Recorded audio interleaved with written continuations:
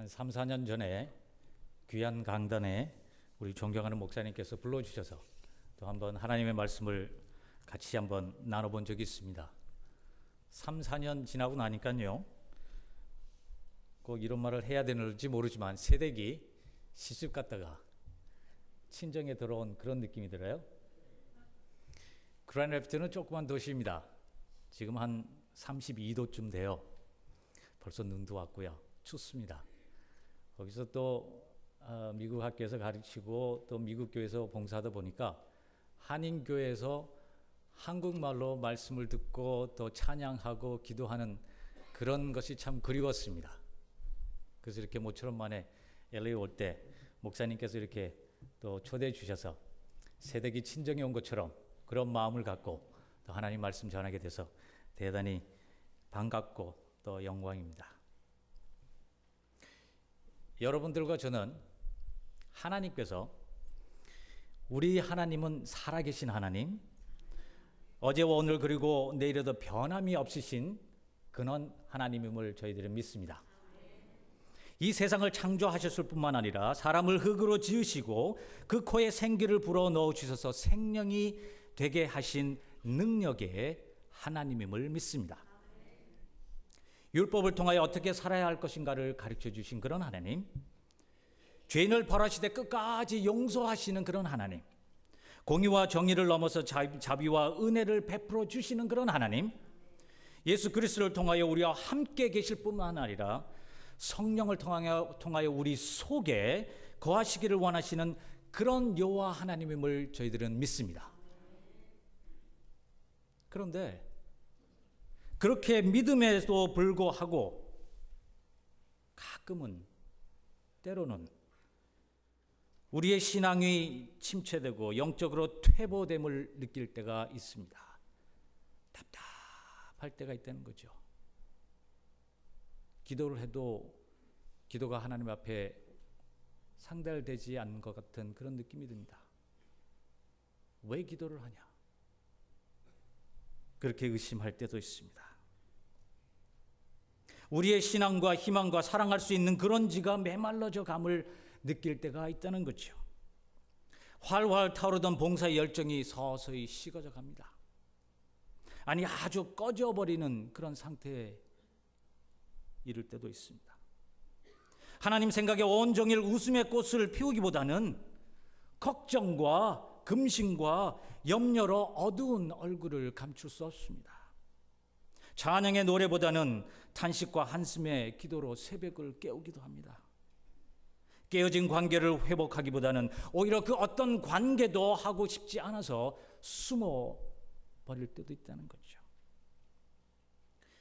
왜 이런 신앙의 침체가, 왜 이런 영적 생활의 퇴보가 우리에게 찾아올까요?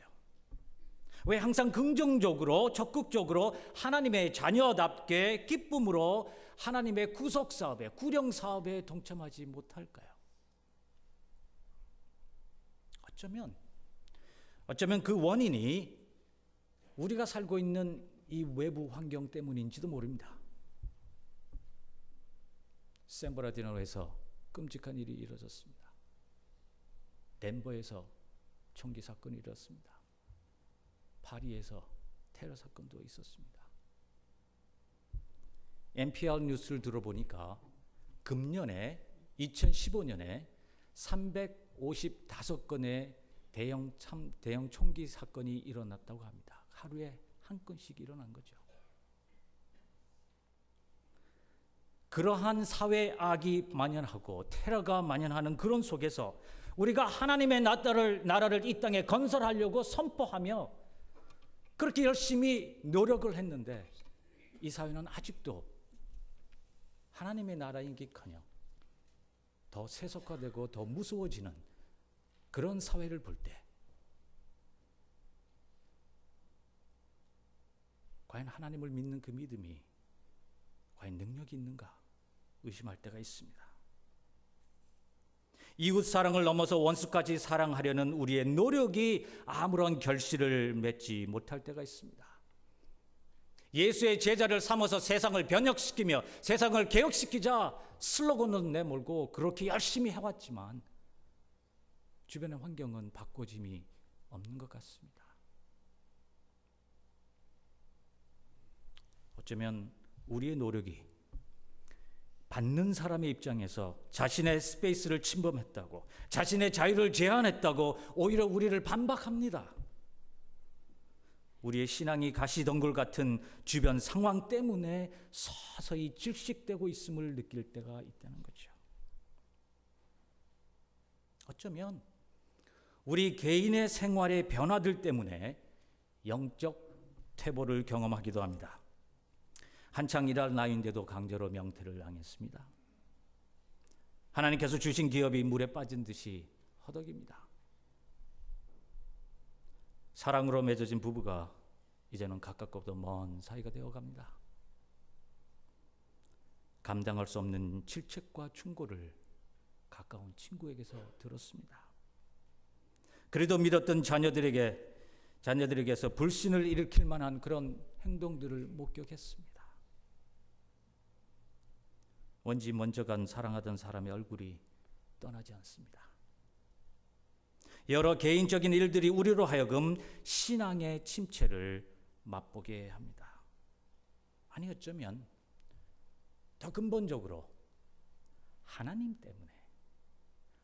때문에 하나님을 믿는 우리 신앙생활이 무기력해질 때가 있다 하는 거죠. 하나님을 믿는다고 하면서도 그 하나님이 구체적으로 실질적으로 피부에 와닿지 않기 때문이죠. 시편 기자의 탄식처럼 어찌하여 여호와여 어느 때까지이니까 나를 영영히 잊으시나이까. 주의 얼굴을 나에게서 언제까지 숨기시겠나이까. 피부로 느낄 수 없기 때문에 하나님의 존재조차도 의심스러워할 때가 있다는 거죠. 공의로우시고 공평하신 하나님을 선포하지만 그 하나님의 정의가 실현되지 않고 있음을 하박국 선지자는 이렇게 얘기합니다. 내가 강포로 인하여 외쳐도 주께서 구원치 아니하시나이다.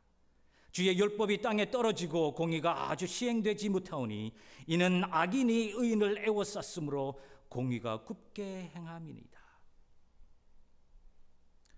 설령 하나님이 살아계신 하나님이라 하여도 지금 이 순간에 하나님의 그 능력이 발휘되는 것을 내가 느끼지 못하기에 이 하나님이 과연 살아계신 하나님인가 회의스러울 때가 있다는 거죠. 이보다 더 심각한 문제는 이 하나님이 다른 사람의 하나님이 아니라 과연 나의 하나님인가, 나의 퍼스널한 나의 하나님인가 의심스러울 때가 있다는 거죠. 나의 산성이시여 나의 피난처시여 나를 그의 강하고 의로운 오른팔로 나를 높게 들리리라 보호해 주리라 하시겠던 그 하나님의 약속이 지금 나의 상황을 비춰볼 때 이루어지지 않고 있다고 하는 거죠. 그렇게 하나님의 이름을 찬양했건만, 주의 몸된 제단을 정말로 헌신해서 봉사했건만, 주의 성도들을 정성껏 돌봐줬건만, 주의 법을 주야로 묵상했건만 왜 아직도 나는 이 고통에 있어야 합니까? 내 하나님이여, 내 하나님이여, 어찌 나를 버리셨나이까? 어찌 나를 멀리하여 돕지 아니하시오며 내 신음하는 소리를 듣지 아니하시나이까? 내 하나님이여, 내가 낮에도 부르짖고 밤에도 잠잠치 아니하오나 응답하지 아니하시나이다. 우리의 울부짖음에 침묵하시는 그 하나님 때문에 그를 믿는 믿음에서 떨어질 때가 있다는 거죠. 오늘 본문에 나타난 이스라엘 민족들이 이렇게 토로합니다. 우리들의 사정은 여호와께 숨겨졌으며 원통한 것은 우리 하나님께서 수리하심을 받지 못한다. 그들은 자신이 버리워졌고 내동댕이 쳐졌으며 하나님으로부터 잊어버린 바 되었다고 느끼고 있습니다. 선택받은 이들로서 누려야 할 하나님의 약속의 증거들을 받지 못하고 살아간다 하는 거죠. 아브라함에게 하신 하나님의 약속을 기억하십니까? 하나님께서 아브라함을 선택하셔서 내가 너로 하여금 큰 민족을 이루게끔 하고 너의 이름을 창대케 하며 너로 하여금 복의 근원이 되게 하리라.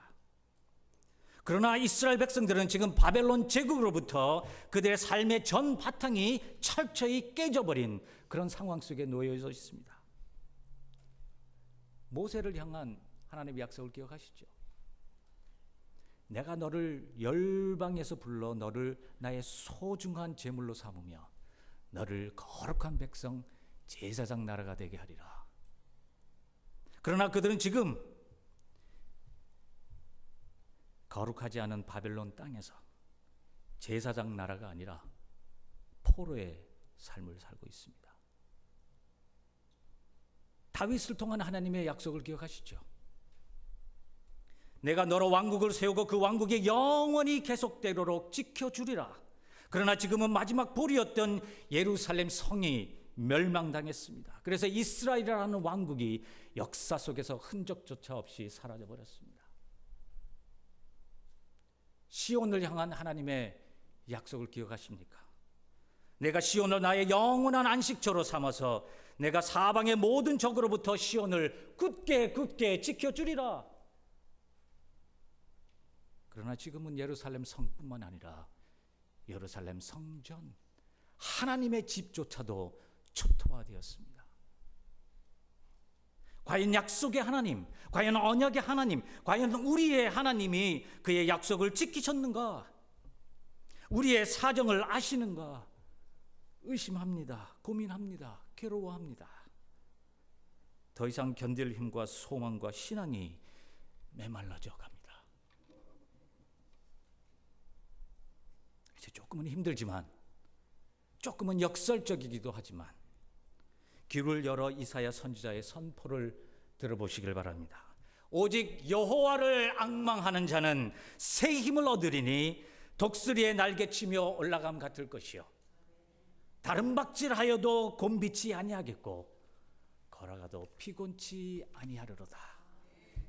여호와를 앙망한다. 여호와를 기다린다. 이것이 새 힘을 얻는 전제 조건이라는 거죠. 아무래도 여러분과 저는 기다린다는 것, 기다린다 하는 것은 하고 싶지 않은 것, 또 해서는 안 되고 심지어는 어떻게 하는지 모르는 그런 일종의 비생산적인 것이라고 생각할 때가 있습니다. 대부분의 성도님들은 힘있게 적극적인 사고방식을 가진 그런 활동가라고 저는 생각합니다. 왜냐하면 많은 분들이 무엇인가가 일어나기를 기다리기보다는 내가 무엇인가를 찾아서 행하려고 하는 그런 적극적인 삶의 태도를 갖고 있기 때문이죠. 이민 생활이 그런 적극적인 삶의 방식을 요구하고 있습니다. 그렇지 않으면 저들이 이 땅에서 살아가기 힘들죠. 이런 적극적인 사고방식이 유용할 때가 아주 많이 있습니다. 그러나 오늘 본문은 신앙적으로 퇴보 상태에 있고 영적으로 고갈 상태에 있고 봉사하려고 하는 마음이 썰물처럼 밀려나갈 때에 하나님이 아주 멀리 느껴질 때 평상시에 우리가 했던 적극적인 행동 방식은 우리를 더욱더 깊은 수렁으로 빠져들게 만듭니다. 더 나아가지 않은 것을 볼 수가 있습니다. 더 신경 쓸수록, 더 불안해할수록, 더 열심히 해볼수록 더욱더 멀리 깊은 곳으로 빠져들어간다 하는 거죠. 왜냐하면 우리의 삶과 적극적인 사고 방식 그 자체를 지탱해 주는 근원이, 그 근원지가 말라버려졌기 때문이죠. 이럴 때는 우리가 우리 자신을 푸시하기보다는 아주 단순한 진리, 즉 우리의 무능력함을 고백해야 됩니다. 우리의 삶을 지탱하는 힘은 우리 자신에게 있지 않음을, 그래서 우리가 우리 삶의 주인이 아님을 인정하고 고백해야 된다는 거죠. 나의 의지와 나의 힘만으로는, 나의 지식과 나의 경험만으로는, 심지어 나의 신앙만으로는 나를 깊은 수렁에서 건져낼 수 없음을 고백해야 된다는 것입니다.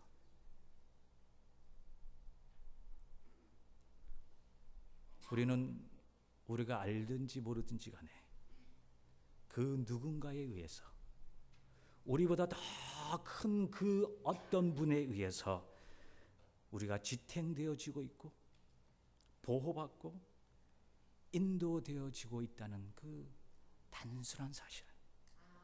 설령 내가 지금 느끼지 못하고 볼 수 없고 만질 수 없다 하여도 나의 삶의 주인은 내가 아니고 이 세상을 창조한 그 하나님, 이 세상을 구속하신 그 하나님, 이 세상을 지금도 보존하기 위해 일하시는 그 하나님임을 또다시 발견해야 한다는 사실입니다. 여호와를 기다린다고 하는 것은 이미 벌써 믿고 있는 하나님을, 이미 벌써 알고 있는 성서의 진리를 한 차원 높이 새로운 차원으로 승격화시키는 영적 훈련인 것입니다. 이미 벌써 우리 속에 거하시는 하나님을 좀 더 깊게, 좀 더 가깝게 느끼게 하는 그런 신앙의 훈련이라는 거죠. 어떤 하나님을 기다리시겠습니까? 침묵의 하나님을 기다리십시오. 하나님은 그의 침묵 가운데서 우리와 함께 하십니다. 마치 욥의 세 친구가 욥의 곤고함의 심함을 보고 그의 옆에서 7일 동안 침묵으로 그와 함께한 것처럼 우리의 고통의 그 현장에 하나님이 함께 하십니다.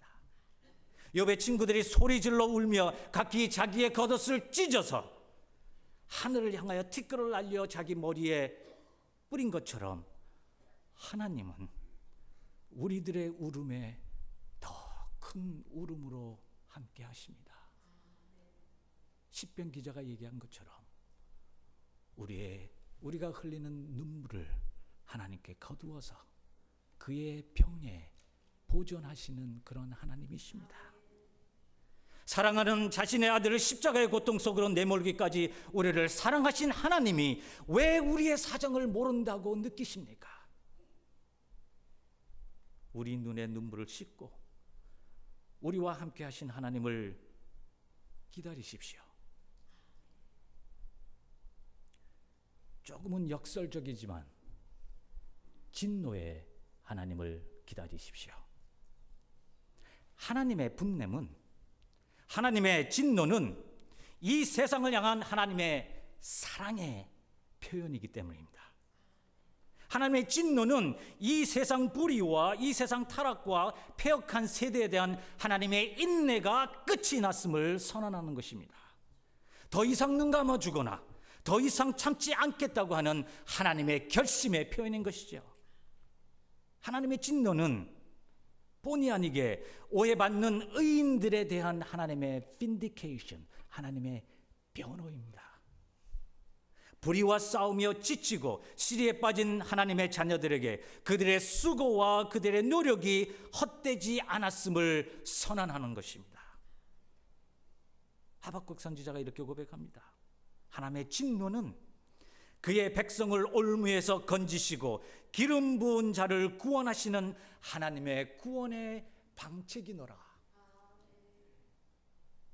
역설적이지만 진노의 하나님을 기다리십시오. 지금 이 시간에도 계속해서 성큼 다가오시는 하나님을 기다리십시오. 아름답고 공평하고 완벽하게 지음받은 이 세상이 혼란과 부패와 성스럽지 못함으로 타락하였을 때 새 하늘과 새 땅을 꿈꾸며 그 꿈을 이루시기 위해서 부단히 찾아오시는 그 하나님, 설령 우리가 거절하고 우리가 싫다고 버렸다 하더라도 끝까지 참으시며 우리를 사랑하시려고 찾아오시는 그 하나님, 설령 우리가 무관심으로 멀리 떨어져 있기를 원한다 하여도 계속해서 나지막하게 우리의 마음의 문을 두드리시는 그 하나님, 맹목적인 사랑이 아니라 정의와 공의, 희생과 용서가 가득한 사랑다운 사랑을 하시는 그 하나님. 강요된 사랑이 아니라 몸소 사랑의 아픔과 상처를 스스로 짊어진 희생의 사랑을 보여주신 그 하나님. 당신이 그러했듯이 우리도 그렇게 사랑하며 살라고 간곡한 부탁을 오늘도 서스럼 없이 요구하시기 위해 성큼 다가오시는 그 하나님. 이런 하나님을 기다리십시오. 우리가 무능력하고 우리가 helpless하고 우리의 삶을 책임지기에 부족하다라고 느낄 때에, 그때에, 바로 그때에 비로소 우리에게 항상 다가오시는 하나님을 볼 수 있습니다. 우리가 부족하다라고 느낄 때, 우리가 우리의 삶의 주인이 아니라고 느낄 때에 우리에게 다가오시는 그 하나님을 비로소 볼 수 있게 된다는 것이죠. 아니, 이미 벌써 우리 곁에 계신 하나님을 느낄 수 있게 되는 것입니다. 여호와를 앙망한 자는 새 힘을 얻으리니.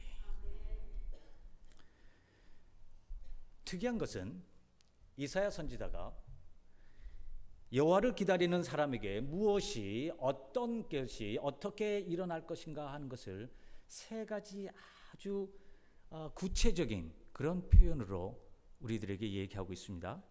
한번 보시죠.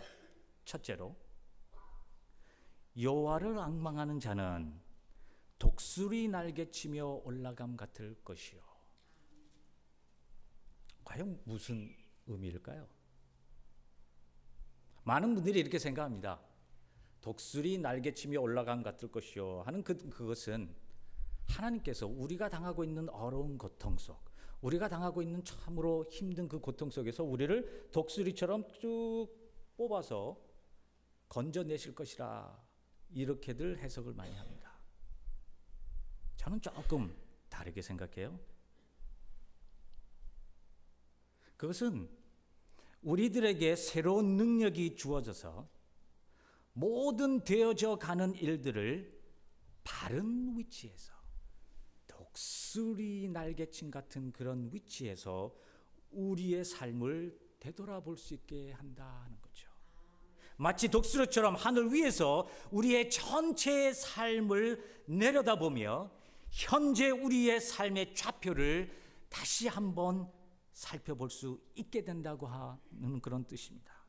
마치 영원하신 하나님, 즉 땅끝까지 창조하셨고 피곤치 아니하시며 굶비지 아니하신 하나님께서 우리에게 향하신 그 넓고 깊은 그런 계획을 조금이나마 엿볼 수 있는 기회를 준다고 하는 것입니다.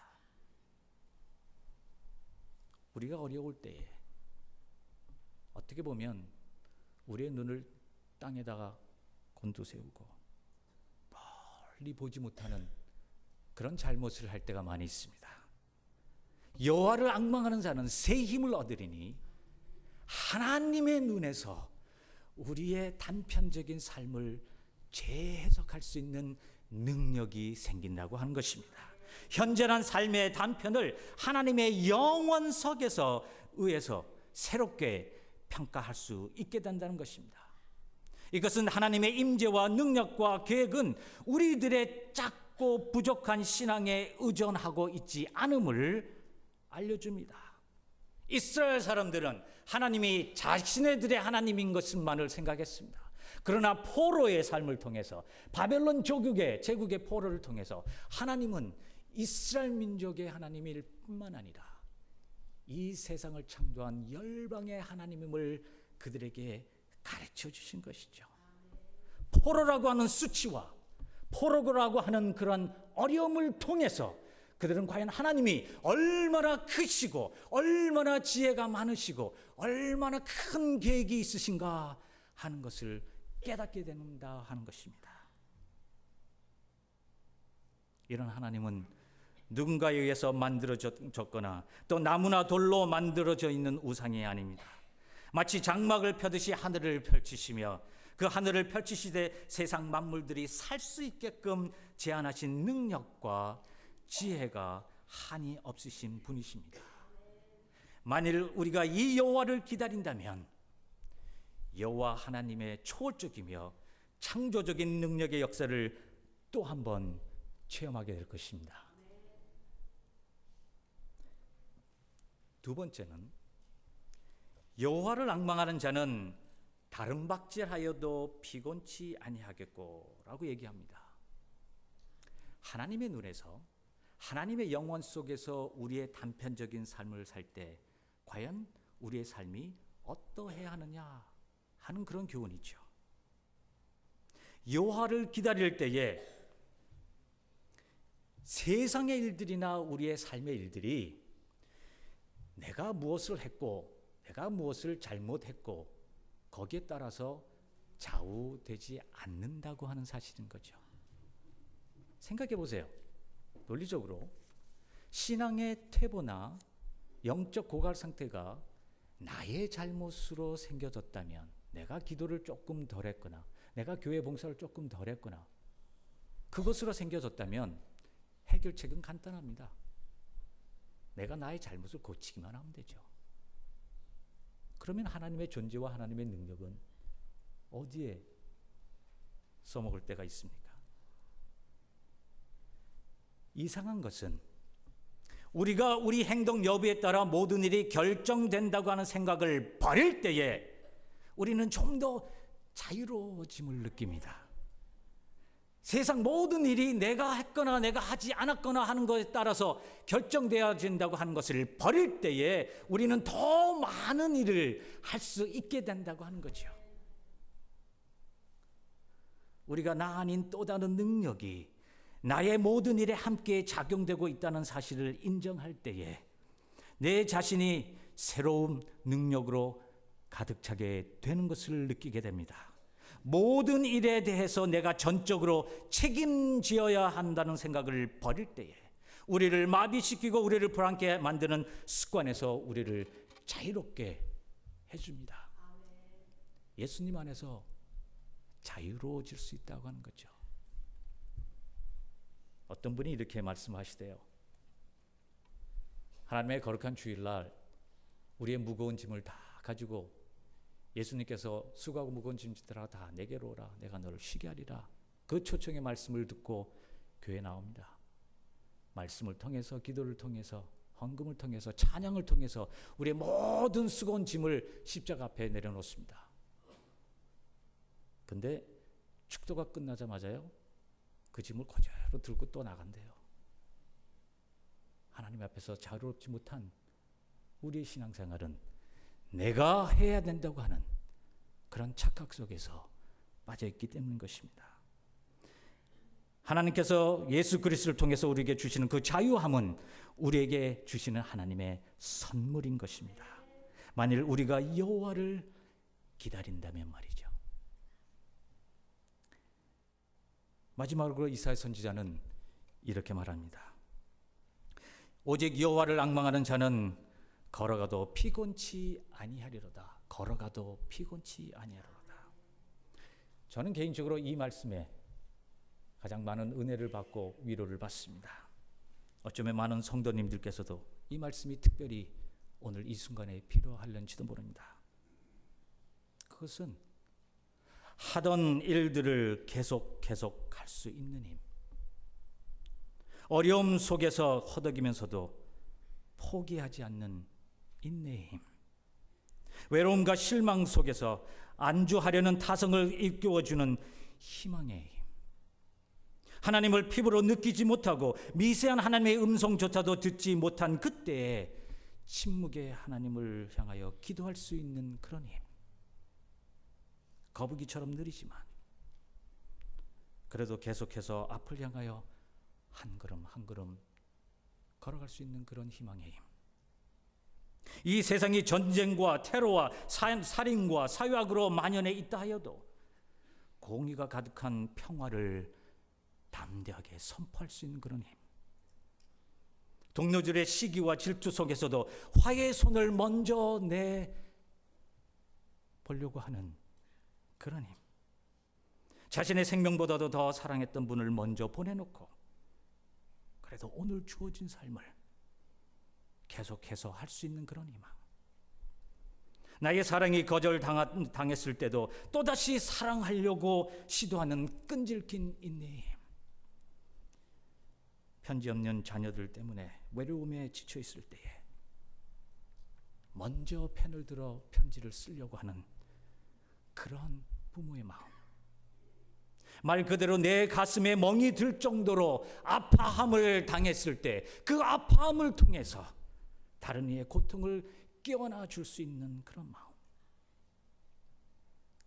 기도조차 할 수 없는 분노와 절망 끝에서도 어쩌면 엉엉 울고 싶어 할 그때에도 누가 듣든지 듣지 아니하든지 조용히 주기도문을 되새기는 그런 기도의 힘. 설령 하나님이 나를 버렸다고 느낄지어도, 설령 내가 하나님을 못 느낀다 하여도 나는 그 하나님을 버리지 않겠노라, 나는 그 하나님을 배반하지 않겠노라, 그렇게 담대하게 외칠 수 있는 바보 같은 사람. 이 모든 것들이 여러분과 제가 할 수 있는 것들입니다. 만일 여호와를 기다린다면 말이죠.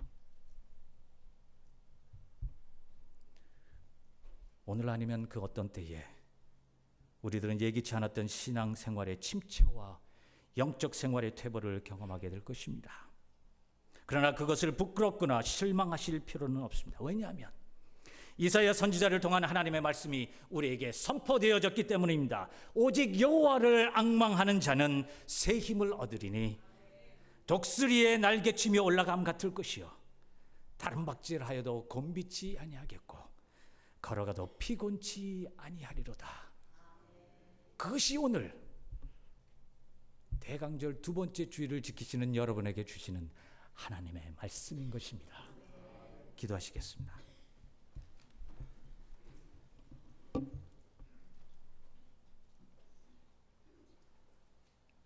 하나님, 피곤합니다.